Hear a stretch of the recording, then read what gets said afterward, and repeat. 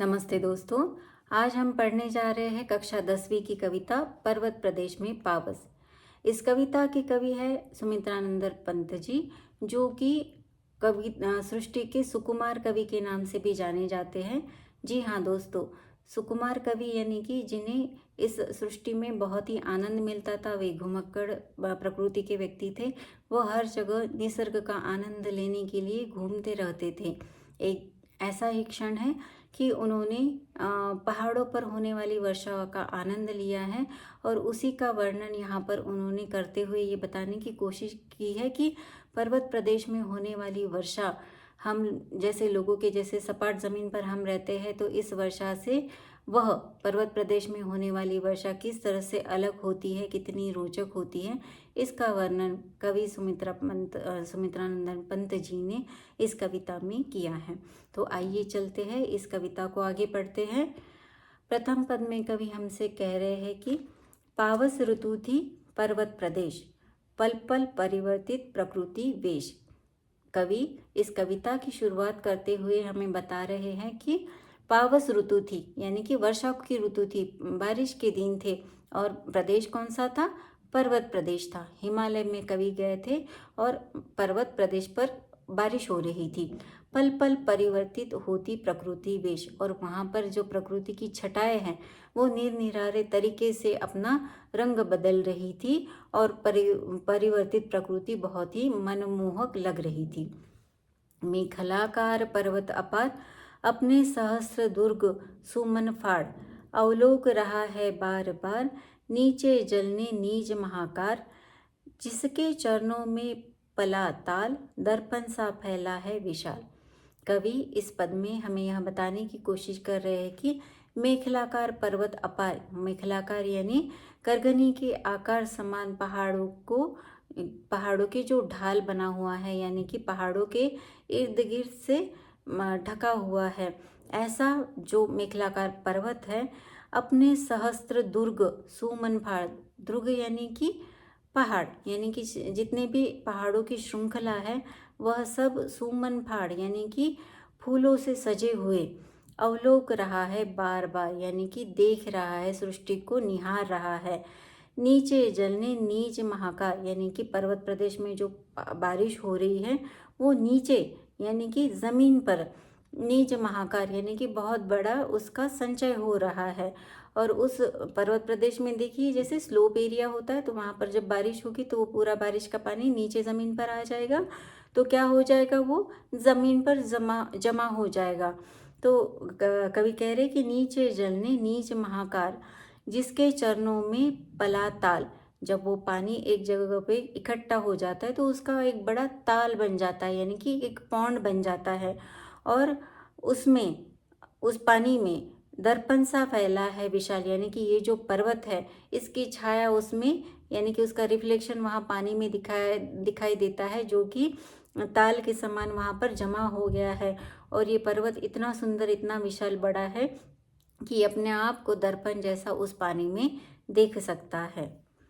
गिरी का गौरव गाकर झरझर, मद में नस नस उत्तेजित कर, मोती की लड़ियों से सुंदर झरते हैं झाग भरे निर्झर। गिरिवर के उर से उठ उठ कर, ऊंचा महत्वाकांक्षाओं से तरुवर है, झांक रहे नीरव नभ पर, अनिमेष अटल कुछ चिंता पर। इस पद में कवि बोल रहे हैं कि गिरी का गौरव गा गा कर झरझर, यानी कि बारिश का पानी जो उस पर्वत पर गिर रहा है वह उस गिरी की गौरव कर रहा है, यानी कि उसके गुणगान गा रहा है कि वह कितना सुंदर है, कितना विशाल है। मद में नस नस उत्तेजित कर, यानी कि उस पर्वत को उस होने वाली वर्षा से उत्तेजित हो रहा है। और मोती की लड़ियों से सुंदर, यानी कि बारिश की बूंदें जो झरझर बह रही है या बारिश हो रही है, उसकी जो मोती है, उसकी जो बारिश की बूंदें हैं वह मोती की लड़ी समान लग रही है और सुंदर लग रही है। झरते हैं झाग भरे निर्झर, जब वो पानी की टप टप बूंदें गिरती है तो आपने देखा होगा जब बारिश होती है और बूंदें गिरती है तो उस पर एक झाग सा आ जाता है, तो वह झरते हैं झाग भरे निर्झर। गिरिवर के ऊर से उठ उठ कर, यानी कि गिरिवर जो है, इतना बड़ा जो पहाड़ है, उसके उर पर यानी कि उसके सिर पर, माथे पर से वो पानी उठ उठकर गिरता है। उच्चाकांक्षाओं से तरुवर यानी कि बड़े बड़े पहाड़ों पर देखे होंगे आपने, बड़े बड़े लंबे से पेड़ होते हैं, मानो जैसे वो आसमान को छूना चाह रहे हो, आसमान को स्पर्श करना चाह रहे हो। तो उससे ऐसे इस तरह के उच्च आकांक्षाओं से तरुवर यानी कि उनके मन में बहुत बड़ी बड़ी आकांक्षाएं हैं। झांक रहे हैं नीरो नभ पर, वह इतने ऊंचे है वह पेड़ कि वह आकाश को झांक रहे हैं यानी ताक रहे हैं, देख रहे हैं। अनिमेष अटल कुछ चिंता पर, और कुछ चिंता कर रहे हैं कि ये बारिश भाई कितने समय तक होती रहेगी।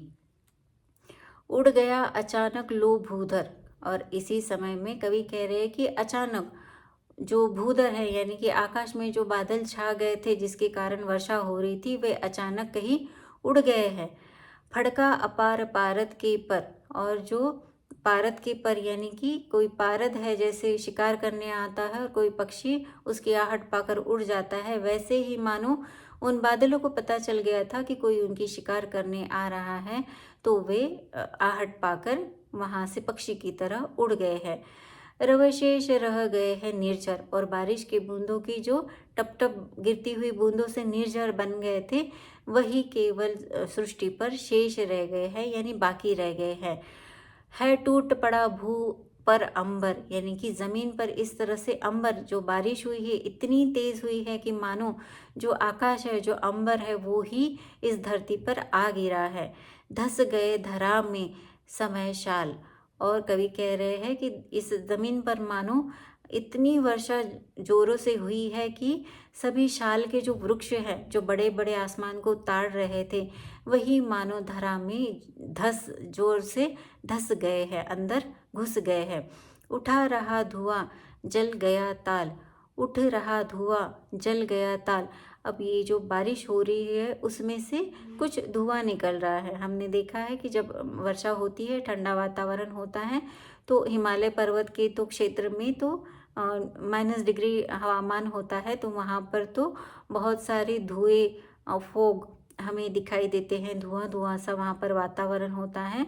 तो बारिश के होने के बाद कवि कह रहे हैं कि उठ रहा धुआं जल गया ताल, तो उस जो ताल में बारिश के पानी से जो पानी वहाँ पर जमा हो गया था, ताल बन गया था, उससे मानो किसी ने उसमें कुछ जला दिया था और उससे मानो धुआं उठ रहा है, इस समान वह ताल प्रतीत हो रहा है। अपितु वह वहाँ पर कोई आग नहीं लगी है, ठंड के कारण माइनस टेम्परेचर के कारण वहाँ पर धुआं निकल रहा है। यो जलदयान में विचर विचर था इंद्र खेलता इंद्रजाल, तो मानो यह संपूर्ण सृष्टि इस समय में ऐसी लग रही है कि जलदयान में यानी कि आकाश के विमान में मानो इंद्र ही विचर कर रहे हैं और मानो वो कोई इंद्रजाल यहाँ पर खेल रहे हैं। इस प्रकार से पर्वत प्रदेश में होने वाली जो वर्षा है और हमारे जीवन में हमारे सपाट ज़मीन पर होने वाली जो वर्षा है, इसमें कितना अंतर होता है। पर्वत प्रदेश में होने वाली जो वर्षा है वह कितनी सुंदर मनमोहक होती है, इसका वर्णन कवि ने इस कविता में किया है। आशा है आपको ये कविता पसंद आई होगी और आप इस कविता को एक बार अच्छे से पढ़िए, समझने की कोशिश कीजिए। मैंने जो यहाँ पर अर्थ बताने की कोशिश की है और अच्छे से पढ़ाई कीजिए। धन्यवाद।